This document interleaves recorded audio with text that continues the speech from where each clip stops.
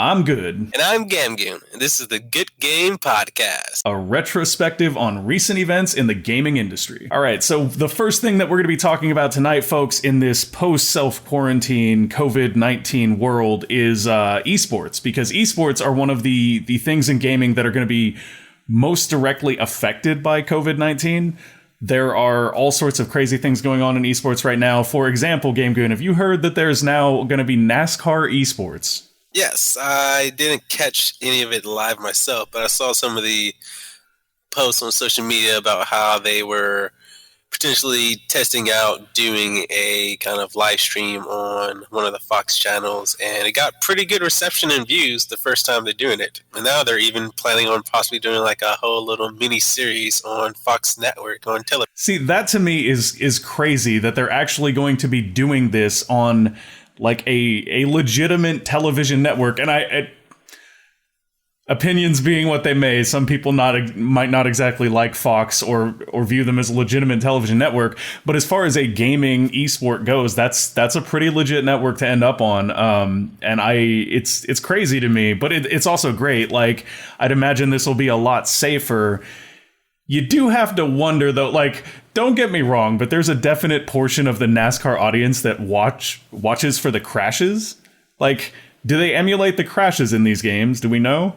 It's definitely nothing like real crashes, and these games are they're kind of more like Gran Turismo and less like Burnout, so they're not crazy crashes in these games, so it's not as visceral as in real life, but it's kind of there. It's not definitely going to be a totally different feel from crashes, but like the general feel for NASCAR should be there. They're just watching people do I don't know what they do, like turning in, making good turns, getting good pit stops, controlling the cars, dodging crashes should be there, but the crashes are definitely going to be at a different level. Yeah, I saw that they've got people like changing tires out, and that tires actually wear over time on the track, which is really a key interval or part of racing in NASCAR. But I honestly, like, I'll be surprised if we don't see some focus go into replicating realistic crashes as well.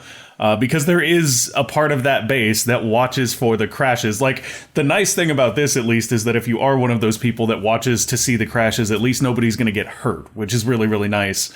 And maybe the biggest silver lining there, so you can watch for the big crashes without anybody actually having to get hurt or injured and potentially losing their career. Do you know if they've got actual, like, NASCAR drivers that are doing the driving in the games, or are they gamers? Like, do we know anything about what that lineup looks like? I know for the first kind of just test showing, just like first outing, they did have some I don't know people's name, but it was a guy who won several Indy 500s and some other big name NASCAR drivers people in the thing playing in the races, and the person who actually won the little test run was the guy who had won multiple Indy 500s. So for that they did. Now going to what they're planning for the iNASCAR for Fox, I don't know 100%. There'd probably be a mix of both, since technically they'll probably get some people who play the game regularly, and then maybe some teams who normally run NASCAR might have some of their players, maybe they play the game and have them just do it to kind of like keep that cohesion there. See, that's an interesting thing too, is to see how those two worlds collide. But NASCAR is, of course, not the only thing that we're seeing hit by COVID being an issue for esports. We're also seeing the League Championship Series has been sort of changed around a little bit. And you and I have discussed this a little bit already, but there are some very interesting implications to that. Like, the LCS is now going to be done from, people's centralized locations versus the LCE, the European League Championship Series, which is going to be done from countries all over the place. And that's potentially going to cause some differences in play and some issues potentially. Definitely. Being for the LCS, most of the teams have houses in the kind of California, LA area of the Riot Studios, have houses around there, offices set up for the teams, so that basically they had to do practices during the week at their team houses, and they go to Riot Game Studios for the matches on Friday, Saturday, or Saturday, Sunday, Monday, and then just back. So they're all kind of in that centralized area. So even though we're in our quarantine now, they're kind of, for them, even though they're moving to the online, will be at the LAN, kind of less ping impact. Moving online shouldn't be too big of an deal, because generally speaking, they could all potentially be on the same ISP, so that should mitigate some of the online factors. But over in the LCE, a lot of the teams usually have kind of home bases in the different European countries, and they will fly into Berlin to the Riot Games studios for those matches on the weekend, and then fly back out to their home countries. Yeah, so it's interesting to me because you have to wonder how much of an impact ping is going to have on people making like those really cool clutch plays that the League Championship Series is known for. And beyond that, you also have to wonder if it's going to affect like team composition strategies now, because I would imagine that some characters are going to be less reliable if ping becomes an issue, and some of the tactics that have been used that are sort of time sensitive will become a little bit less reliable if ping is an issue. So we may see sort of some of the team comps shift away from using those tactics, maybe playing a little bit safer. And do you think we'll still see crazy double lift like quad kill Tristana wall jump madness? I think the kind of concern you have is a valid concern, but Riot Games being kind of the kind of machine that they are, it's still, even though moving online, they're still going to kind of follow the usual rules. If someone has ping issues, where they'll probably pause the game for a bit, try and get it fixed, try and keep ping to the minimum so it's the least impact on the games, keep the integrity intact. And most of these people do play solo queue in their free time when they're not scrimming and stuff, so they should be accustomed to playing in relatively the ping normally, even though with the current state of the world, there are going to be like spikes in like internet usage, so there could be factors depending on time of day affecting those different things in LCS or LCE. But in say a normal setting, if ping came an issue, they would pause the game, wait for it, try fly fix, get it fixed, and then continue on with the minimum effect of the ping. Yeah, so it sounds like there's potentially some issues they're going to face, but Riot will probably be on top of that. I think it'll be interesting too, because there's a lot of people that like point out the difference between solo queue or duo queue and professional play because of the LAN connection and things like that.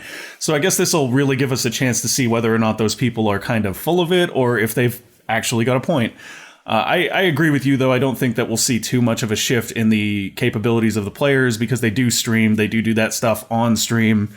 More than anything, I think what'll be interesting is how consistently the connection will work. Because if they're constantly having to pause League Championship Series games to adjust for ping issues, that's going to create some problems. And I almost wonder if what'll end up happening is these league team organizations will end up ensuring that they have like stable fiber line connections running to their team houses so that they have the best, most solid connection.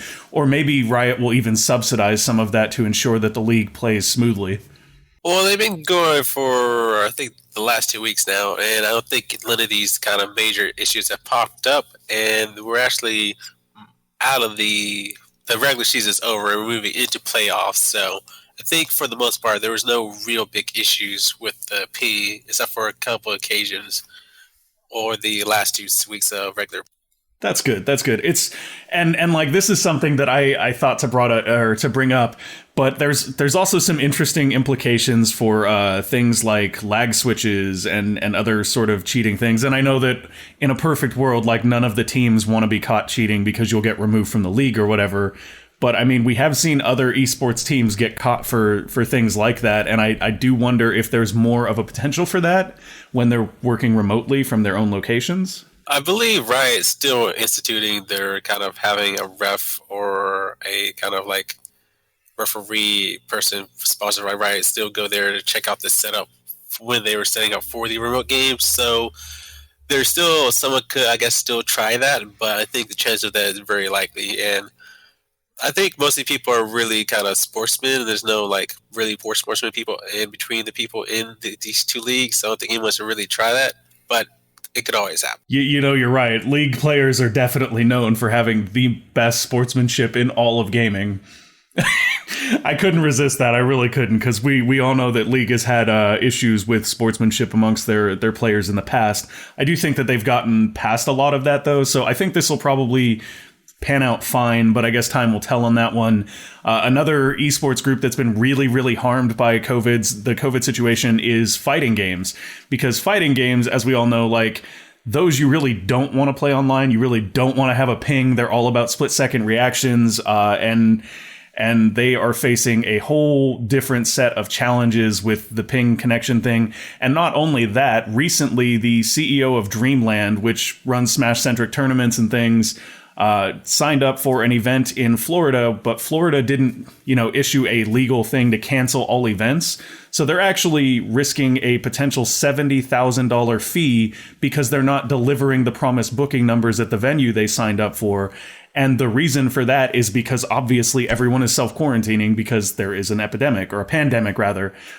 So it's really not their fault, but they're in a position where they could essentially lose enough money to end their tournament organizing. And it's basically not being protected due to the governor not issuing any kind of order or bill that will prevent that from happening. So between the financial risk for them right now and the potential problems of moving to an online situation, it actually does seem like the fighting esports are in the worst position here. That is definitely true.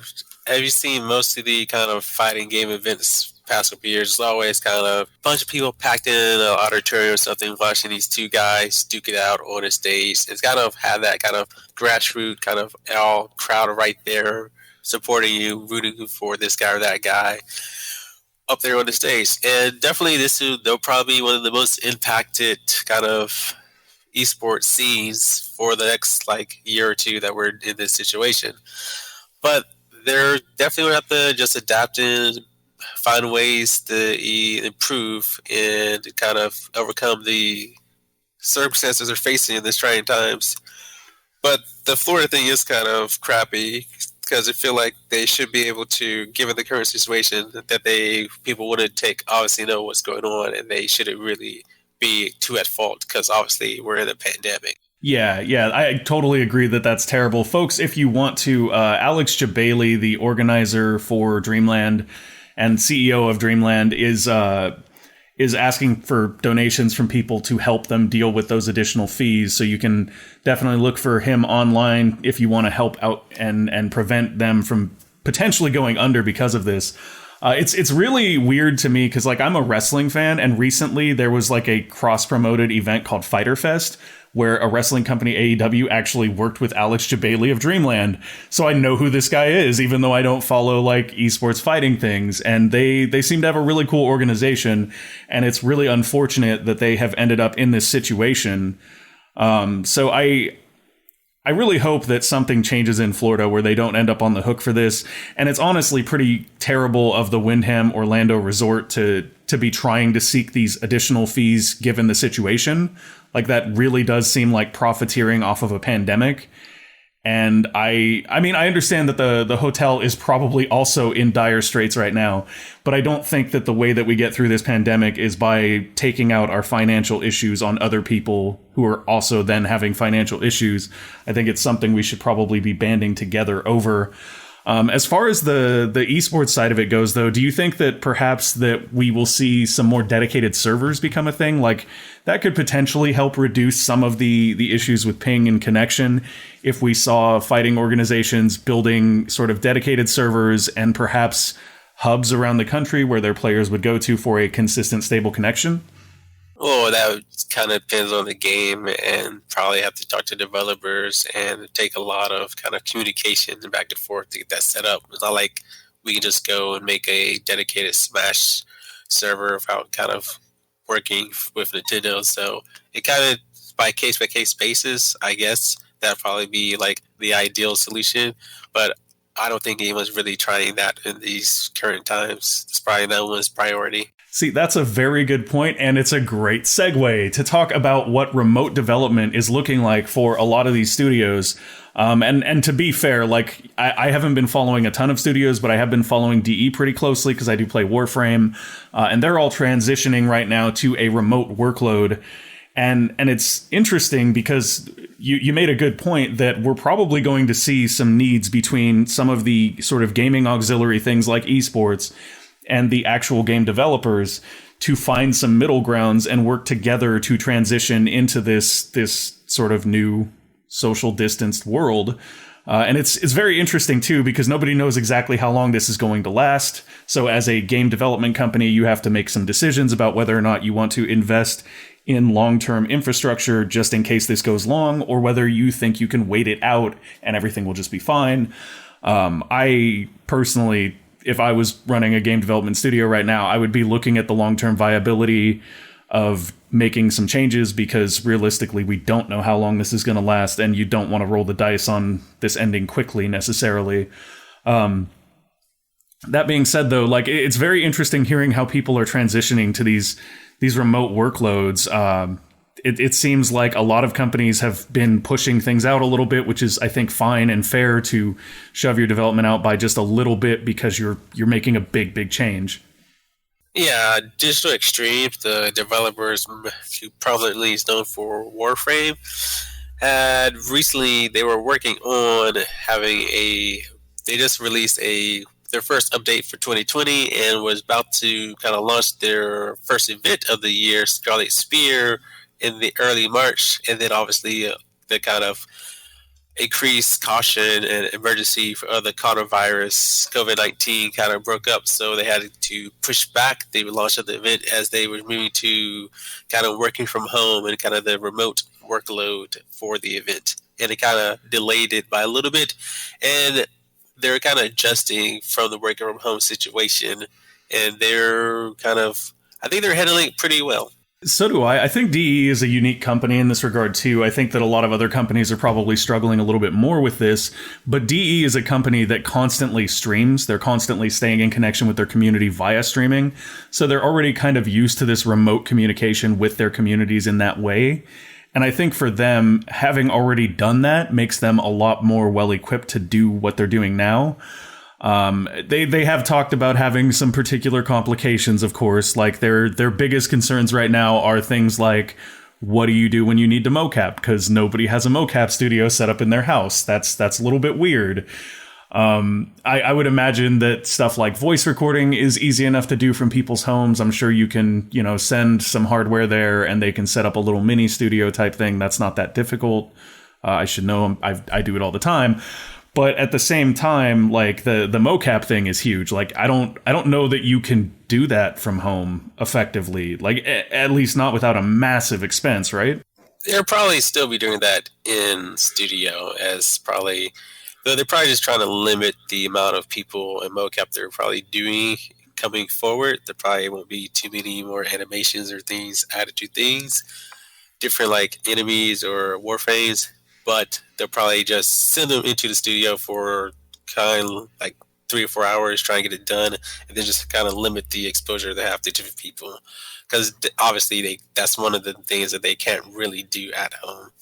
Yeah, absolutely. And I mean, at that point, it's really interesting, too, because like you go in for your mocap session, you do your whole mocap session, you're all tired and worn out, and then you sanitize the entire studio before the next person comes in, right? Because like that kind of needs to happen just for safety's sake. Well, I guess it does also depend on the distance of time between when you come in and when the next person comes in, because we do right now know that there's like a limitation for how long the virus can survive on surfaces and things. So I definitely think it's going to be interesting. I do think that there have been some very unexpected outcomes, both positive and negative for this. I don't know if you've caught any of the DE dev streams from home, but there's been some very interesting things in those.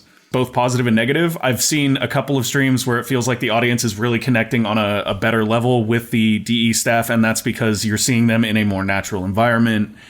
They're more comfortable because they're at home. A lot of the times we're seeing pets come into the stream, and everybody loves pets, right? Pets on stream, that's winning right there. So that works out really, really well for them, I think. But we've also seen some issues where people are having trouble with bit rates, and they're not everybody is able to see the stream because it's a home setup, so there's a little bit less consistent throughput, perhaps based on the fact that they're not used to doing streaming, like the bitrate may be up too high or something. It's very interesting, though. Like, I was in one of the streams the other day, and it was I can't remember who was the streamer for that one. But they were in like their sunroom, so it was a really, really bright environment, and it had like a really bright mood for the stream, and everybody seemed to be having fun. And then like halfway through, there's a bunch of people coming in who are like, this is not even a stream. This is like stop motion animation. What is going on? Yeah, I haven't been able to catch any of their kind of at home streams. But yeah, I guess I kind of see what you're saying. People can like connect because it's more kind of a normal environment. But I feel like the kind of feel of the stream shouldn't really change too much because, like you said, they do streams throughout the week regularly from the studio. So just moving it from the studio to the home, maybe some technical things on the technical side they need to get adjusted. But for the most part, gameplay-wise and stuff, it should be kind of the same familiarity for the people that regularly watch these streams. Yeah, I definitely think that it's something that's had more positive than negative impact. And I hope that other studios will follow in their footsteps, because I think that getting that more personal connection with the devs is not necessarily a negative thing, especially not if it's reciprocated. You know, if the devs feel more personally attached to their communities, then it does encourage them to make different types of decisions on the game. It's very easy in a business position to look at the situation in your game and make a business decision. If you're more personally connected to your audience, though, I feel like that is a different decision. It's not just business anymore. You also have this audience that you're taking more into account because you're closer to them on a personal level. So I think we could see some positive changes to the way games are developed because of that. I mean, not so much in DE because they're always very connected to their community, but there are a lot of other gaming studios that aren't that close connection to their community that may change the way that they think. And we could see some great impact on the development of games because of that. There has been some other things that have come out of this unfortunate pandemic situation, though. We've seen a lot of organic marketing in the gaming industry lately. Some very interesting things there. You were talking about WoW having an XP buff that they've applied for how long? The World of Warcraft has added a 100% XP buff from March 20th to April 20th. I think it's one of the first times we ever had kind of this big of an XP buff for any kind of event or special or emergency occasion. And I think a lot of people are taking this as a time to level up some alts or get back into the game and just got to sort of try it out. And it's kind of nice because we're kind of in the development cycle that the latest patch, the 8.3 patch, was kind of most of the content's out and about, and it's kind of winding down as we start to work towards the build up for Shadowlands. So it's a good time for this kind of XP bust, and given the current situation, to kind of give more reason to do some other activities in World of Warcraft. I definitely think that it's a good move on Blizzard's part, because now is a great time for them to be like, hey, you played World of Warcraft before, you invested a bunch of time in it, but you maybe fell behind or you haven't played lately. Here's the thing to help you get caught up so that you can rejoin all of your friends that you used to hang out with on here. And in the current atmosphere where like the World Health Organization is recommending people use gaming for a good, healthy social connection, it's a great idea for Blizzard to be like, hey, you remember that thing you used to do with your friends? Now you can get back into it. We'll make it even easier for you to do that. Come on in. Come check it out. It seems like a really smart move on their part, and also just a really nice thing for people that do have those social connections in WoW to be able to get back into them and not feel like they're, behind the curve so much.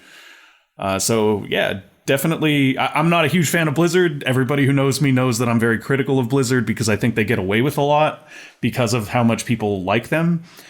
In this case, though, I think they definitely made a good move, both a good move business-wise and a good move for their community. So kudos to Blizzard on the WoW XP buff. I think it's a good idea. We've also seen recently a bunch of Steam games that are going free. And it's interesting, too, because a lot of these Steam games that are going free, they're decent enough games on their own, but they have a myriad of DLC, be it cosmetic or slight things that you can add to the game. So once again, a really interesting organic marketing strategy, because these games are allowing people to play together, but they also have that little bit of extra oomph if you want to spend a little money, right? Yeah, there is a lot of kind of multiplayer games that decide to go free just currently because maybe they want more people to try and play the game during that current situation. And since we're reading the multiplayer, it means you and your friend can pick the game up and just try it out and play it for free. And they do have some DLC, so if you like the game, you can potentially buy some DLC and support the developers of the game that you picked up for free. So, like you're saying, it's kind of people, business, games trying to find a way to organically promote or do kind of marketing business situation in our current climate. Yeah, absolutely. I think one of the most interesting sort of organic marketing, and not even necessarily organic marketing that has come from this, is the situation with Plague Inc. Plague Inc. was pulled from game stores by China when the COVID virus began to spread, and that was because Plague Inc. is about creating a global pandemic, and China felt that the virus in the game was too closely related to the real life one. China is very, very big on censoring games, folks. If you didn't know that, you do now. They're very particular about how things are done in their games. GameGoon, I think you mentioned some stuff about League being censored over there. Lots of games are censored in China. Like some examples off the top of my head, PUBG. When you kill someone in PUBG in China, instead of them like falling over dead, they just kneel down and drop their like loot chest at your feet, saying like basically take my loot. They don't really like having blood in video games, so a Vladimir Blood Mage character in League of Legends doesn't really. His effects are all not painted red; they're kind of painted black and stuff in China, and even WoW has some kind of Forsaken in China look differently because they don't really like glorifying the dead and stuff in China. So they're kind of gaming censorships for games to be published in China. So taking that a step further, they kind of didn't really like this game, Plague Inc. in the current environment, and so they kind of took it from all their storefronts. But from that, they decided to kind of change it, and you got the update on that? Yeah. So Plague Inc., their response to that was to make a $250K donation to various foundations that are helping with the fight against COVID, and to add a pandemic recovery mode to their game, where instead of spreading a pandemic, you will be essentially trying to stop the spread of a pandemic. You'll be doing things like instituting quarantine, trying to distribute supplies, managing man hours on your health staff, things like that. And that mode is going to be free. It's going to be released as a free update to Plague Inc. So if you want to support a company that is doing their best to kind of help out in this situation, maybe take a look at picking up Plague Inc. I know that I haven't really played the game, but I'm considering picking it up now just because this is interesting and intriguing to me. So definitely, though, kudos to Plague Inc.'s devs for seeing something that they could do to help and taking the opportunity. I'm also, like, honestly, one of the things that's most surprising about this is that this is not like a DLC. This is legitimately, we're just going to give you this for free. Yeah, that's really nice of them to kind of take their games, kind of, you can say it's kind of have a Mormont game, try and turn it around. And they may not have ever thought about doing this originally, but at a current time, just kind of basically an iteration on their game design, just basically the reversal. Instead of spreading, trying to control a disease, and basically a new game mode for their game, and they're just putting out for free. And they're, like you said, they're working with GUD to kind of get some kind of real life data and be able to kind of accurately portray how you would fight the pandemic in this kind of actual real life situation. Yeah, you just reminded me of that. I was gonna say, so they're, as part of the situation, they're actually working with those health organizations to get experts to come in and provide information on how that mode should look. And what's really interesting about that is that it almost functions as an educational tool for people that are probably, in their homes, scared, not really understanding everything about this. Like, here's this somewhat form of education that you can then use to help you understand how people are combating COVID and what kinds of things you as a person can expect so that it's not as surprising when things happen. I think that's great. Overall, I think that's just a great idea. Yes, definitely a good kind of interesting spin on their game. It's just kind of going back to the remote development thing for the essence. Having a bunch of people kind of having to work remote for these next couple of months in our situation, a lot of games probably are, since they're working from home, the development time for a bunch of games is either going to be extended or kind of pushed back as people get shifted around and people try and figure out kind of what kind of games or projects to prioritize, try to either make deadlines or push deadlines back for the next couple, basically, I guess, 12 months of gaming we were going to get. Yeah, absolutely. And I definitely think that's for the best. I mean, a lot of these games could use a little bit more development time anyway, let's be honest. I I do want to touch on one more thing that reminded me of. That's not the only thing that's being pushed back. Final Fantasy XIV has suspended in-game evictions for their housing system, and that's a hugely cool thing. Their mentality was that if you've actually got to worry about your housing situation in real life, you definitely shouldn't have to worry about it in Final Fantasy XIV.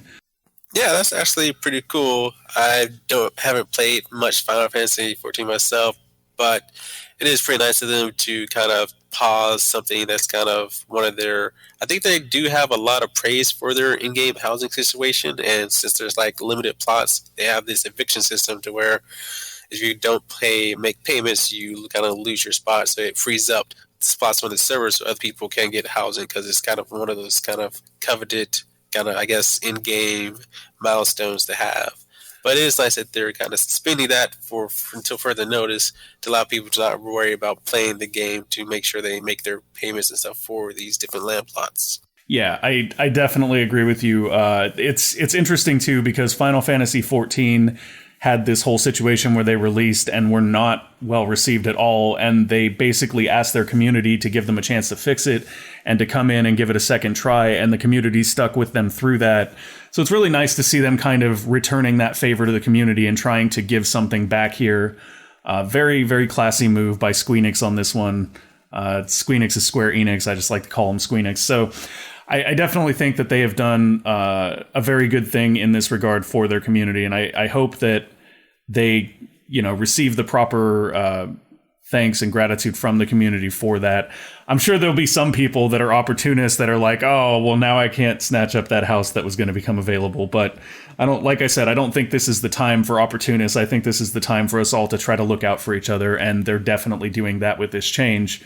And I mean, I think that's where we go. So thank you for joining me this week on the Good Game Podcast, GameGoon.